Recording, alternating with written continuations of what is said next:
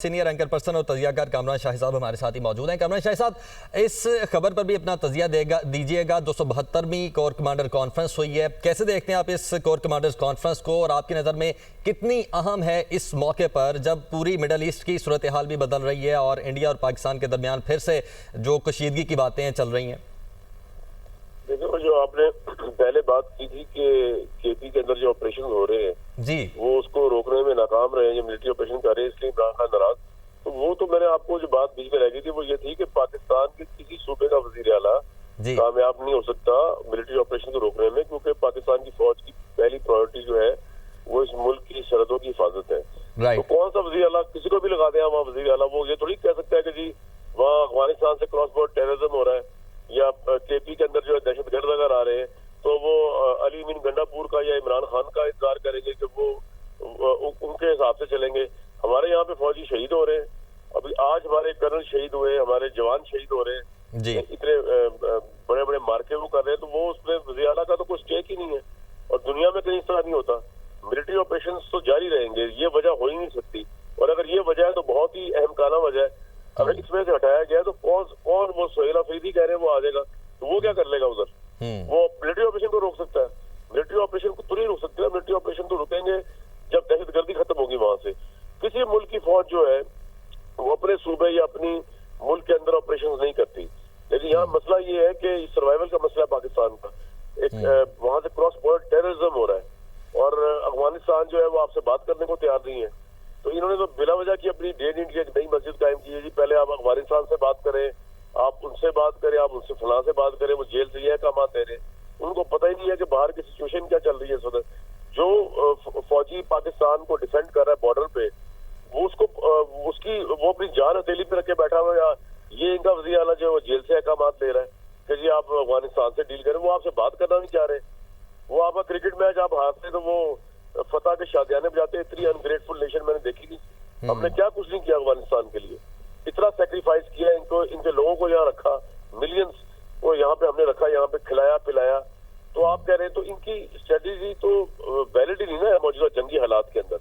तो इसलिए मेरे ख्याल में तो ये अलीमा खान का ही मामला है। और कोर कमांडर कॉन्फ्रेंस की जो आप बात करें तो वो भी इसी हवाले से बात हो रही है ना, वो शोहदा को बात की जा रही है। शोहदा कहाँ से, ये केपी के अंदर ही सारा कुछ हो रहा है ना, और कहाँ हो रहा है? ये फाटा के एरियाज के अंदर, ये केपी के एरियाज के अंदर, बलोचिस्तान के अंदर, यहाँ पे हिंदुस्तान, अभी वो जाफर एक्सप्रेस के अंदर जो अभी कल हुआ है हादसा, उसमें भी हिंदुस्तान इन्वॉल्व है।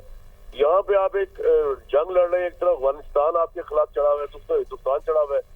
तो आप वज़ीर आला को अगर इसलिए अपना वो चेंज करना चाह रहे हैं, ऑपरेशन रोक देगा आगे नया वज़ीर आला, तो ये तो होता नजर नहीं आ रहा मुझे।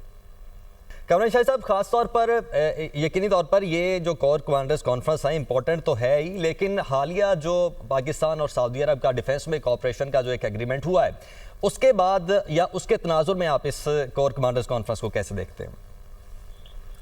एक्चुअली जो सऊदी अरब के साथ पाकिस्तान का डिफेंस एग्रीमेंट है, ये टोटल पाकिस्तान की जो फौजी स्टैब्लिशमेंट है ये उनके इनिशिएटिव पे हुआ है, उनके बेहस पे हुआ है। काफी सालों से इस पे बातचीत चल रही थी। तो पाकिस्तान के मौजूदा आर्मी चीफ जो है, जिस वक्त आर्मी चीफ नहीं थे, उस वक्त भी उनका जहन में था कि इस तरह का एग्रीमेंट किया जाए। और सऊदी अरब के साथ बेतहाशा दफा इस सिलसिले में मुलाकातें भी हो चुकी और डिस्कशन भी हुई, लेकिन हम जानते हैं कि वो फिर आखिरी पत्ता जो था वो इजराइल ने जब कतर पे अटैक किया तो सऊदी अरब के पास कोई चॉइस ही नहीं रही। सऊदी अरब की जो रिलायंस थी अमेरिका के ऊपर से वो खत्म हो गई और वो पाकिस्तान की आर्म फोर्स पे आ गई। तो जब देखें, हमने कोई बहुत बड़ा कारनामा तो अब तक आज तक नहीं किया, हमने कोई नई इन्वेंशन तो नहीं की, कोई नई इजाद तो नहीं करती, कोई बहुत बड़ी हमारे यहाँ पे कोई इन्वेस्टमेंट नहीं आ गई। लेकिन हमारी जो फोर्सेज है उन्होंने जो कारनामा किया है मई में हिंदुस्तान के खिलाफ, और जिस तरह हम ट्रेनिंग भी देते हैं, सऊदी अरब में भी दे रहे हैं, पाकिस्तान के एक साबिक आर्मी चीफ वहाँ पे ट्रेन भी कर रहे हैं सऊदी अरब की फोर्सेज को। तो हमारी सबसे बड़ी जो यूएसपी है दुनिया में और जो सबसे बड़ी हमारी क्रेडिबिलिटी ऑफ पाकिस्तान की आर्म फोर्सेज है, और तो हमारे पास कोई चीज ही नहीं है दुनिया को दिखाने के लिए, इम्प्रेस करने के लिए।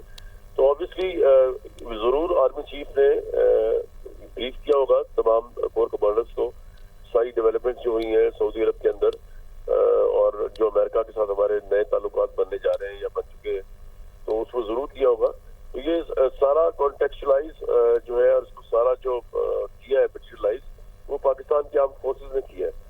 उसमें पॉलिटिकल गवर्नमेंट जो है वो भी थैंकफुल है, राइटली थैंकफुल है पाकिस्तान की आर्मी की, कि हमारे पास ये एक ही चीज है जिसकी बुनियाद के ऊपर हम पूरी दुनिया में हाथ बनाए बैठे हैं। और आपको पता है हमारे पास ना कोई इकोनॉमी की कोई इतनी बड़ी यहाँ पे रेल पेल चल रही है, ना कोई इन्वेस्टमेंट का कोई इतना बड़ा ग्राउंड चल रहा है कि दुनिया ट्रैक हो जाएगी। मार्केट तो हमारे मुकाबले में हिंदुस्तान की सबसे बड़ी है, लेकिन उसके बावजूद भी अगर हमने टैरिफ्स में रिलीफ लिया है हिंदुस्तान के मुकाबले में, या डोनाल्ड ट्रंप जो है वो इंडिया के बजाय हमारे पास इन्वेस्टमेंट करना चाह रहा है, चाहे वो मिनरल्स में है या वो क्रिप्टो में है, जिसमें भी है, ये सारी एश्योरेंसेस पाकिस्तान की आर्म फोर्सेस दी है और उसी की बेस पे है। इसलिए डोनाल्ड ट्रंप और खास तौर पर हर फोरम पर आर्मी चीफ की, फील्ड मार्शल की तारीफ भी कर रहे हैं।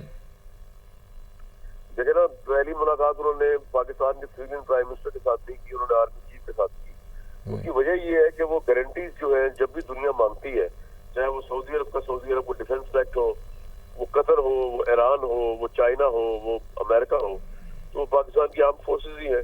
तो the only credible institution that represent Pakistan all across. तो ये सिचुएशन है, उसमें हमारे पॉलिटिशियंस तो खैर एक साथ साथ चल रहे हैं, जो का काम है वो कर रहे हैं अपने लेवल पे, लेकिन लीड पाकिस्तान की आर्मी कर रही है। ठीक है कामरान शाह साहब, बहुत शुक्रिया, आप हमारे साथ मौजूद थे। ब्रिगेडियर रिटायर्ड वकार खान साहब भी हमारे साथ मौजूद हैं। वकार खान साहब, बहुत शुक्रिया, आपने हमें ज्वाइन किया। कैसे एनालाइज करते हैं इस कोर कमांडर्स